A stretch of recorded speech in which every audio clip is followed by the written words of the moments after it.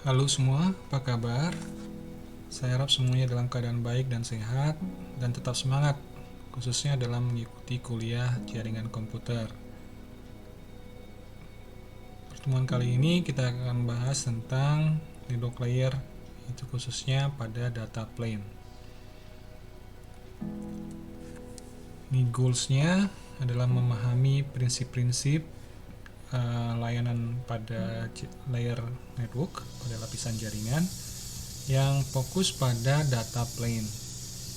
Itu terkait dengan network layer service model, forwarding versus routing. Apa yang dimaksudkan forwarding dan routing kita akan lihat nanti di sini. Kemudian bagaimana router bekerja, dan kemudian juga pengalamatan. Kemudian forwarding lagi, generalized forwarding. Kemudian nanti juga kita akan lihat bedanya dengan forwarding. Kemudian juga kita akan lihat internet architecture.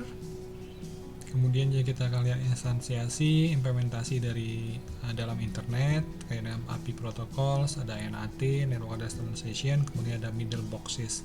Apa itu middle boxes? Kita akan juga bahas pada pertemuan kali ini. Ya, kemudian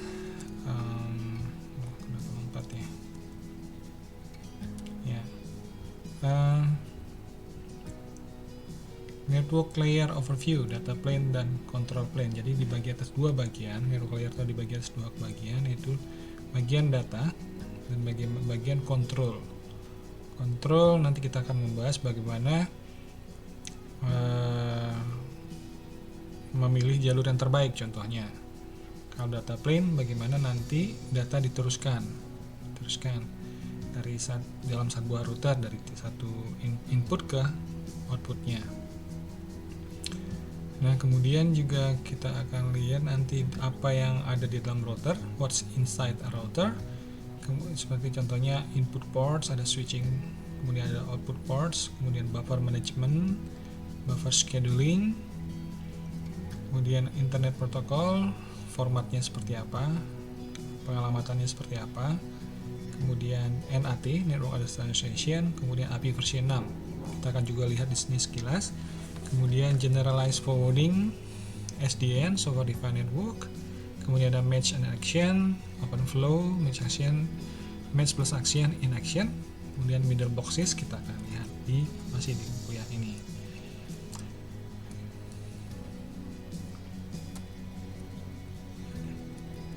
Ya, kita langsung ke network layer services dan protocols. Kita lihat di gambar ini.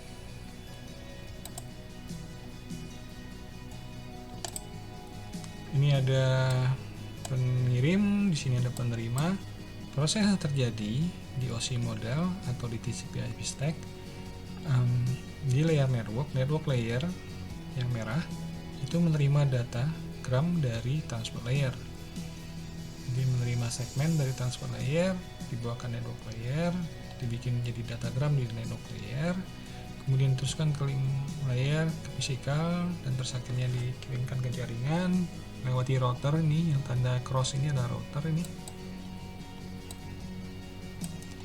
router semua. Jadi kita lihat di sini setiap melalui router dia akan dibawa ke layer network dulu, kemudian baru dikirimkan lagi. Di sini juga diterima layer physical sampai ke link network, kemudian diolah di layer network, kemudian diteruskan lagi ke router seterusnya sampai akhirnya diterima di penerima, dibongkar di unencapsulation di physical layer, di link layer, kemudian sampai ke network layer. Jadi di pengirim melakukan enkapsulasi segments menjadi datagrams, kemudian diteruskan ke link layer. Kemudian di penerima segments dikirimkan ke transport layer, jadi terjadi proses de-enkapsulasi. Nah, network layer protocols itu berada di setiap internet device. Seperti tadi di router, setiap router itu ada network layernya. Jadi ada di host ataupun ada di routers. Nah, fungsi dari routers ini itu melihat header fields dan melihat tujuan dari paket yang diterima atau API Datagrams. Kenapa harus dilihat headernya? Di header itu ada informasi sumber dan tujuan dari paket. Kemudian juga ada informasi-informasi lainnya yang akan kita bahas di slide-slide seterusnya. Nah, berdasarkan informasi itu, maka dia bisa menentukan apakah akan diteruskan ke interface yang mana, atau menentukan jalur yang terbaik menuju tujuan dari paket tersebut. Ya, kemudian meneruskan atau memindahkan datagram tersebut dari input ports ke output ports untuk mengirimkan datagrams sampai ke tujuannya sesuai dengan path yang ditentukan.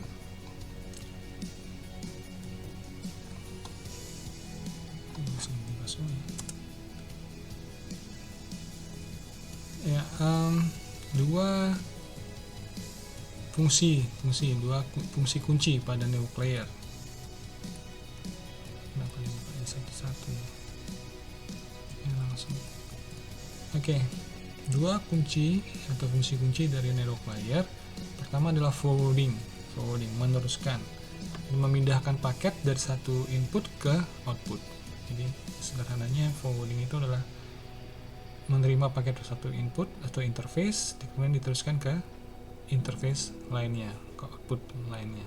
Jadi satu link ke link. Jadi dia dalam satu router, satu hop. Jadi terima dari satu link dikirimkan ke link lainnya. Nah, sementara routing itu menentukan rute yang terbaik, yang dari source, dari end-to-end, dari source ke destination. Rute yang terbaiknya lewat mana.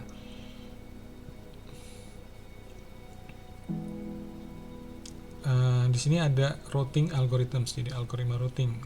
Nanti kita akan di contoh algoritma routing adalah RIP, Routing Information Protocol, kemudian ada OSPF, kemudian ada IGRP punyanya Cisco, dan routing protokol lainnya. Ada yang eksterior, ada yang interior, routing protokol. Analoginya adalah ketika melakukan taking a trip. Forwarding adalah proses menentukan atau pengambilan proses ketika melewati sebuah interchange atau percabangan gitu ya, atau lampu merah gitu. Ketika berjalan menggunakan kendaraan mobil, ketika melewati interchange seperti namanya simpang ataupun ada lampu merahnya, maka dia harus memilih apakah belok kiri atau kanan. Nah, proses meneruskan antara belok ke kiri atau belok ke kanan itu proses forwarding. Jadi meneruskan saja itu forwarding.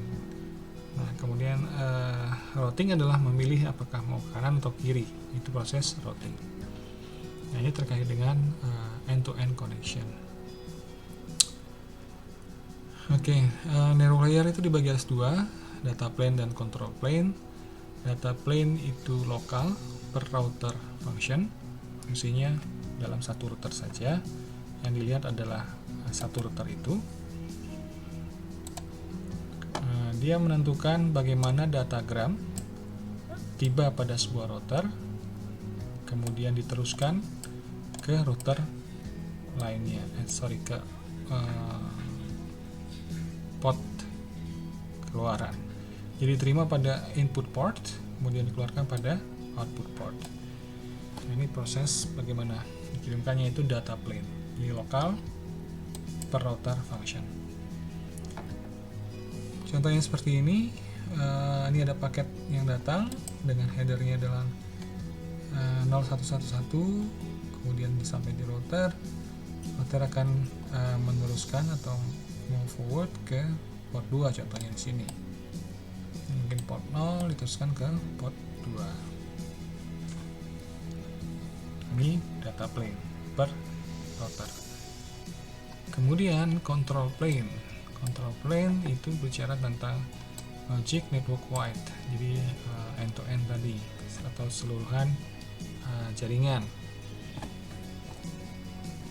Ini menentukan, control plane ini menentukan bagaimana datagram dirutekan dalam beberapa routers. Jadi memilih jalur yang terbaik di beberapa routers sepanjang end to end,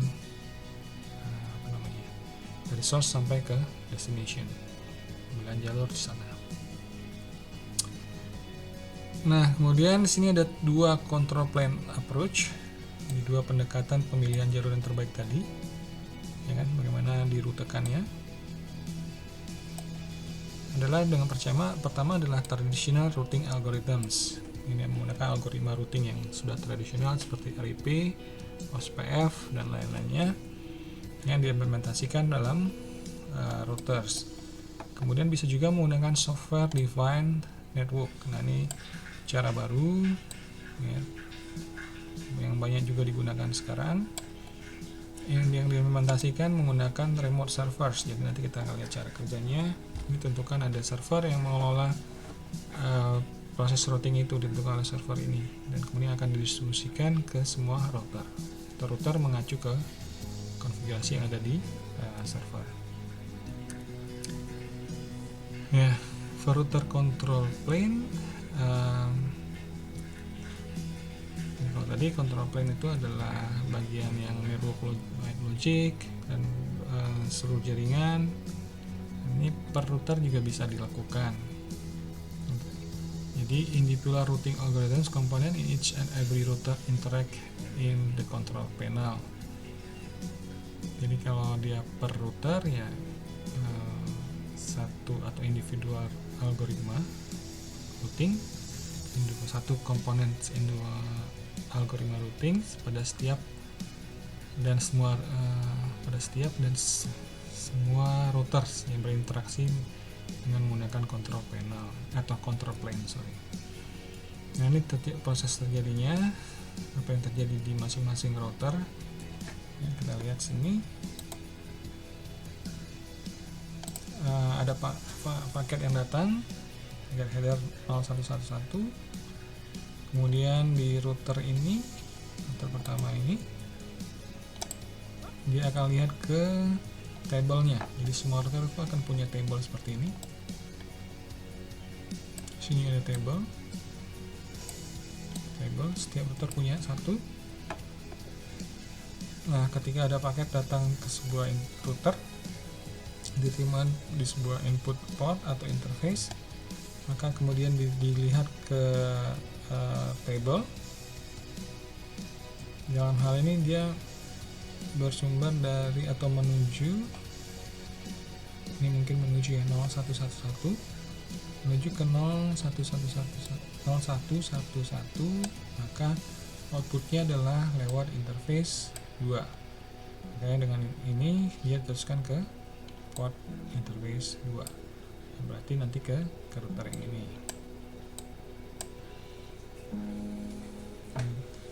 Nah, seterusnya nanti di masing-masing router ada tabelnya lagi. Nanti proses yang sama terjadi, terima pada satu interface, diteruskan lagi ke interface outputnya dengan mengacu pada tabel forwarding.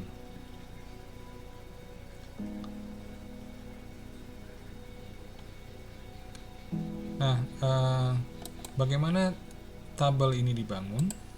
Menentukan tabel ini itu dibangun menggunakan routing algorithm.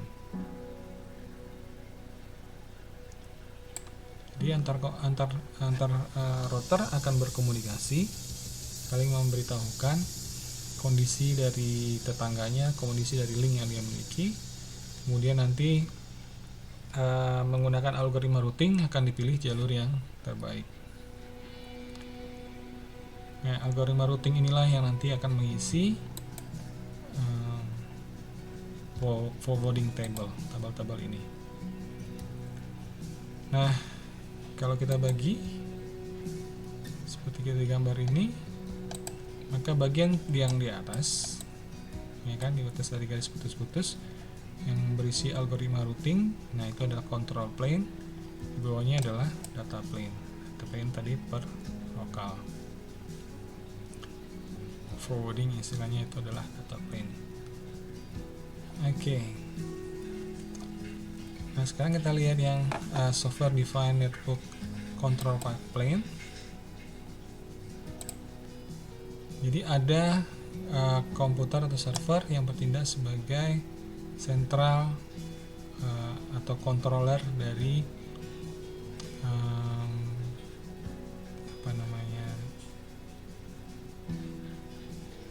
bagaimana mengolah jaringan atau bagaimana melakukan proses routing di jaringan atau antar routers ya. Atau yang juga berfungsi untuk mengisi forwarding tables pada routers. Itu dilakukan oleh sebuah server yang bertindak sebagai remote controller computers.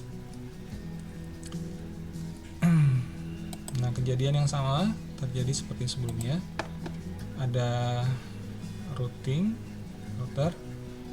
masing-masing memiliki table. Nah, yang berbeda adalah di sini ada remote controller, sebuah server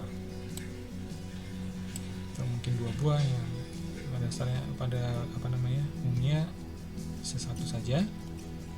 Nah, informasi routing tablenya yang ada di sini nanti itu diperoleh dari servernya atau remote controller. Remote controller ini berisi forwarding table dari semua router. Sudah dikonfigur di server. Nah, forwarding table ini dikirimkan ke masing-masing router. Jadi kita lihat sekarang control panel plane-nya di bagian atas ditentukan oleh server. Kalau sebelumnya ditentukan oleh routing algorithm, sekarang berdasarkan server, konfigurasi yang ada di server, dan itu ditentukan oleh administrator atau orang yang mengelola jaringan. Nah, di sini sama data plane berisi di mana semua router akan memiliki forwarding table. Cuma bagaimana mengisi forwarding table-nya itu saja yang berbeda. Kalau tadi sebelumnya menggunakan routing algorithm, kalau dalam hal ini ditentukan oleh remote controller.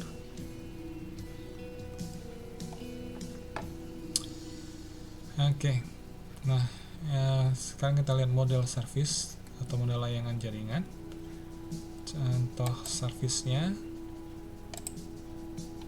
untuk individual datagram adalah bahwa servisnya menyediakan garansi pengiriman gitu ya, atau garansi pengiriman dengan delay lebih kecil dibandingkan dengan 40 milisecond. Ini contoh dari layanan pada individual datagrams. Kemudian contoh layanan berikutnya adalah flow of datagram, bagaimana mengatur aliran dari datagram. Apakah datagramnya dikirim dengan berurutan atau minimum bandwidth-nya dijamin, atau apakah ada batasan-batasan dalam pertukaran jarak antara paket, jarak antara paket, apakah ada batasan-batasan. Nah, ini contoh dari service yang disediakan pada network layer. Nah, ini contohnya juga. Kita lihat di sini untuk internet menggunakan service modelnya best effort.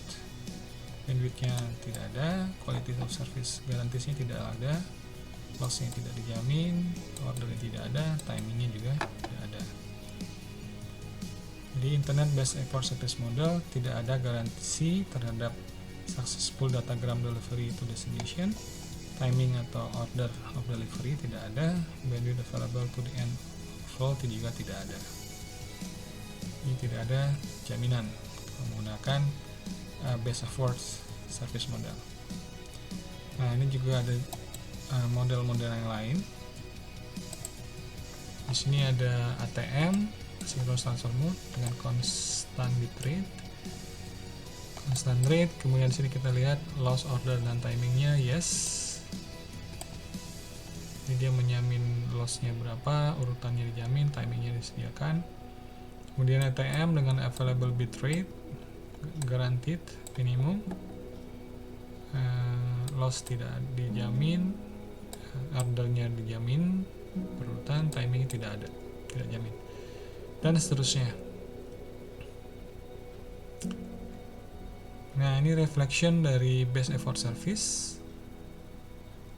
Jadi best effort service adalah penyederhanaan, simplicity of mechanism, yang sudah mengizinkan internet digunakan atau deploy dengan luas dengan menggunakan best effort service. Jadi dengan ada best effort service ini internet itu sudah digunakan secara luas. Kemudian penyediaan bandwidth yang cukup, sufficient, mengizinkan performance dari real time application cukup baik dalam waktu yang pada sebagian waktunya. Jadi pada sebagian pengiriman itu dia mempunyai performance yang cukup baik, good enough performance untuk yang real time application seperti interactive voice atau video.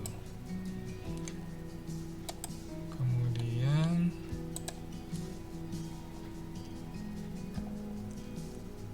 best effort service pada data center atau content distribution network menghubungkan connecting close to clients networks allow services to be provided from multiple location. Jadi dia melakukan replikasi application layer distributed service. Jadi layanan di layer aplikasi, layanan di layer aplikasi, direplikasi, dilakukan replikasi pada data center atau content distribution network. Ya, dengan demikian service dapat disediakan di berbagai lokasi karena adanya replikasi tadi. Ini dia refleksi dari best effort service. Kemudian congestion control ini cukup membantu katanya service helps. Congestion control of elastic services helps.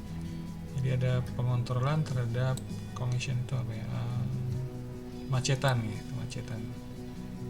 dengan adanya layanan yang elastik seperti karet gitu, elastik bisa scalability-nya bisa diatur sedemikian, bisa besar bisa kecil seperti service yang ada di cloud.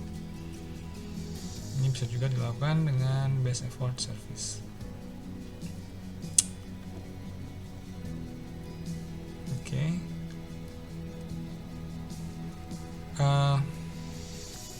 Saya sarankan untuk pause dulu karena kita akan masuk lagi ke bagian berikutnya nih. Ada 100 sekian halaman dan akan saya bagi-bagi menjadi beberapa video terkait dengan materi-materinya ini. Jadi saya sudah membahas satu bagian, nanti akan saya bahas bagian berikutnya setelah pause. Silakan istirahat sebentar, kemudian nanti lanjutkan lagi dengan bagian yang video kedua.